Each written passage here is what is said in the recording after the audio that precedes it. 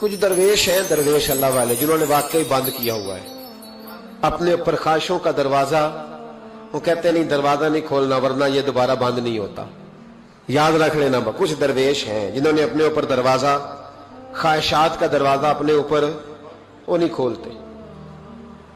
ایک سلطان یحییٰ نام کا بادشاہ گزرا ہے، عرب کے کچھ حصوں کا حکمران تھا، تو اس کو بڑا شوق تھا لوگوں کو بانٹنے کا. دو قسم کے لوگ ہوتے ہیں نا، کچھ کو جمع کرنے کا شوق ہوتا ہے، کچھ کو شوق ہوتا ہے کوئی روٹی کھا لے. حضرت ابراہیم علیہ السلام بغیر مہمان کے کھانا، کچھ ایسے بھی ہوتے ہیں جن کے گھر بندہ چلا جائے تو پتیلی پہ ڈھکنا دے لیتے ہیں. اپنا اپنا فرق ہے نا جی، ہر آدمی کا اپنا اپنا ذوق ہے. منت کرتے ہیں کسی کی. مجھے بڑی بات پسند ہے شیخ سعدی کی، قرضے لے لے کے مہمان نوازی کرتے تھے. ایک دن سارے مقروض کٹھے ہو گئے، کہنے لگے بابے پیسے دے.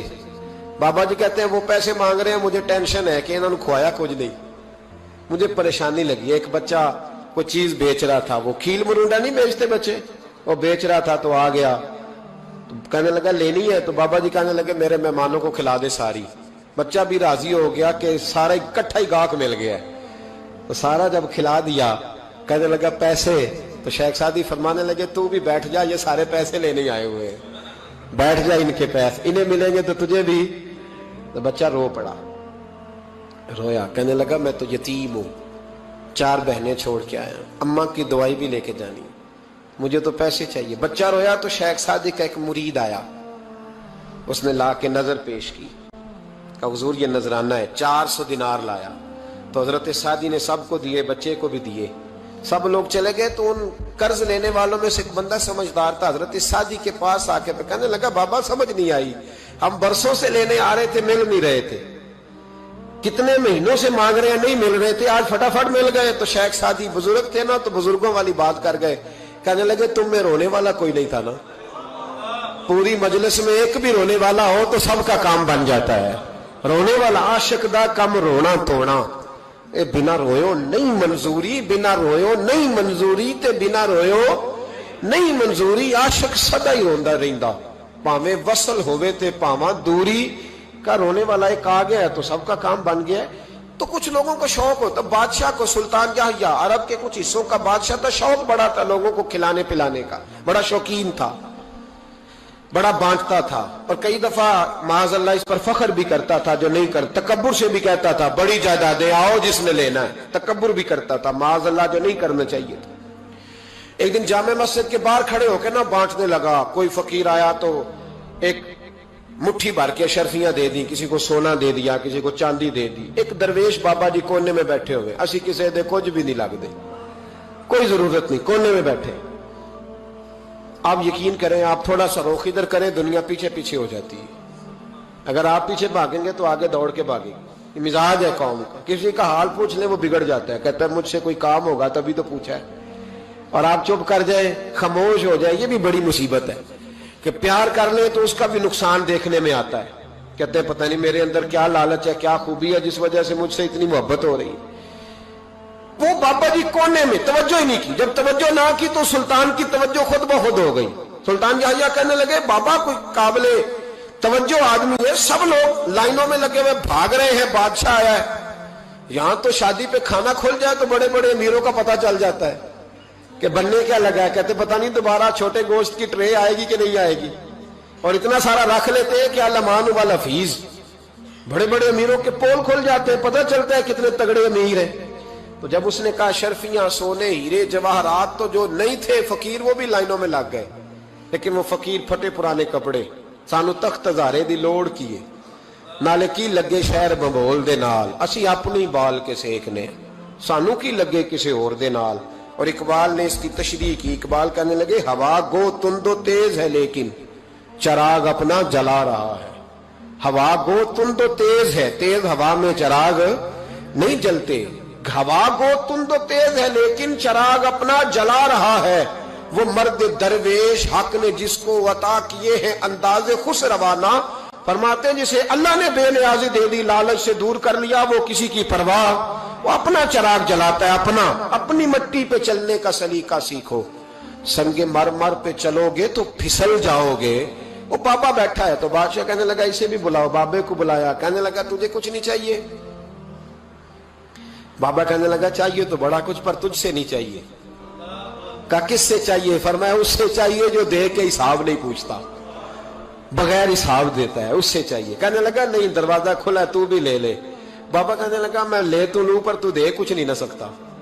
बादशाह को गुस्सा आया, अकड़ थी, तकब्बुर था। कहने लगा तू क्यों नहीं मैं दे सकता, तू सवाल कर। तो बाबे ने साथ वाले फकीर से लकड़ी का काला प्याला पकड़ा, होते ना फकीरों के पास मांग, लकड़ी का काला प्याला, तो कहा लो दे दो कुछ। उसने फौरी तौर पर सोने की अशरफियां मुट्ठी भरी और लकड़ी के प्याले में डाली। अब जब प्याले में डाली तो कड़ कड़ की आवाज तो आई, पर पता नहीं वो किधर गई सारी अशरफियां। दूसरी मुट्ठी डाली तो फिर कड़ कड़ की आवाज आई, पर अशरफियां किधर गई कोई पता नहीं चला। तीसरी, चौथी, पांचवी, बाबे का प्याला खाली का खाली। 2 दफा भी, 4 दफा भी। ये बादशाह लोग जिद्दी होते हैं, मानते नहीं जल्दी, क्योंकि इन्हें किसी ने बता दिया होता है ना सारा कुछ तुम ही हो, अड़ जाते। हाँ हाँ, जो जिस मनसब पे भी बादशाह होता है अड़ जाता है। उसने कहा मैं भी जिद्दी हूं, प्याला भर के छोड़ना है। एक बोरी मंगा ली, दूसरी मंगा ली, तीसरी मंगा लिया। बाबा खुश है, मुतमईन है, चलो डालो, तुमने कहा था मिलेगी। अब वो मुट्ठी डालता, कभी अशरफियां, कभी हीरे, कभी चांदी, पर पता नहीं किधर जाती। बिल आखिर आहिस्ता आहिस्ता बैक होने लग गया। वजीर कहने लगा बादशाह पीछे से बोरियां खत्म हो गई हैं, अब नई मंगाने लगेंगी, पीछे कोई चीज भी नहीं, खत्म हो गया सारा कुछ। इंसान किसी को क्या दे सकता है? क्या हाँ वो इंसान बड़ा नवाजते हैं जिनके पास खजाने भी अल्लाह के दिए हुए होते हैं, वो नवाजते हैं लोगों, वो नवाजते। कहा तू क्या दे सकता है? बादशाह जब तंग आ गया ना बादशाह, तो घोड़े से नीचे उतर आया और बाबे के पैरों में बैठ के कहने लगा बाबा ये प्याला है किस बला का नाम? नीचे कौन सा कुआं है कि जो कुआं जो नीचे गिराता ही जाता है और जो भरता ही नहीं है? तो अब बादशाह का हाथ रुका तो बाबे ने प्याला छोड़ दिया और बड़ा कीमती लफ्ज कहा। बाबा कहने लगा बादशाह ये इंसानी ख्वाहिशात का प्याला है, ये इंसान की ख्वाहिशों का प्याला है, ये लालच का प्याला है, ये कभी भर सकता। इंसान कभी कहता है या अल्लाह अपना मकान दे दे, बड़ा राजी हो, उसे अपना मिल जाता है, फिर कहता है नहीं सोसाइटी में होना चाहिए। फिर सोसाइटी में अल्लाह देता है तो कहता है 5 मरले का छोटा है। इसके नफ्स का प्याला कभी भरता। नबी पाक अलैहिस्सलाम ने फरमाया था उस ख्वाहिश के पीछे ना लगना जो तुम्हें नई ख्वाहिश में डाल दे। को नहीं समझ आई बात? किया बड़ी बात कर दी हुजूर ने एक जुमले। मुस्नद इमाम अहमद बिन हंबल में हदीस है, फरमाया उस ख्वाहिश के पीछे ना लगना जो तुम्हें एक नई ख्वाहिश में डाल दे, उसके पीछे ना लगना। और फरमाया उस ख्वाहिश के पीछे ना लगना जो तुम्हें बेजा ख्वाहिशों के पीछे लगा दे। लोगों के लल्ले तलल्ले, परेशानियां, आजमाइशें, लालच, हवस, वो परेशानी वो इतनी ओढ़ ली है लोगों ने कि दिलों से तकवा, रूहानियत, इबादत, दर्द, जौक, शौक खत्म हो गया। दुनिया ही दुनिया बची है, दौलत ही दौलत बची है, बाकी हर चीज को नफ्स का सांप डस गया। मुहद्दिस इब्न जौजी रहमतुल्लाह अलैह फरमाते मेरे शहर का एक मालदार शख्स था तो एक बड़ी नागन खरीद के लाया। नागन सोने का अंडा देती थी नागन, पर अंडा सोने का अंडा देती थी। उसके बाल बच्चों ने भी, एक ही बेटा था, बीवी थी, उन्होंने कहा अब्बा ये नागन है, इसका काम दसना है, तो तू ख्याल कर। क्या कहा था हज़रत सुल्तान बहू ने? खारे खूह कदी मिठे नहीं थींदे, भावें सै मना गुड़ पाइए, ते सप्पां दे पुत कदी मिठ नहीं थींदे, भावें चूलियां दूध पियाइए। इसकी फितरत में डसना है। तो ये डसेगी, बात खत्म हो गई? का नहीं, सोने का अंडा देती है। रख लिया घर में।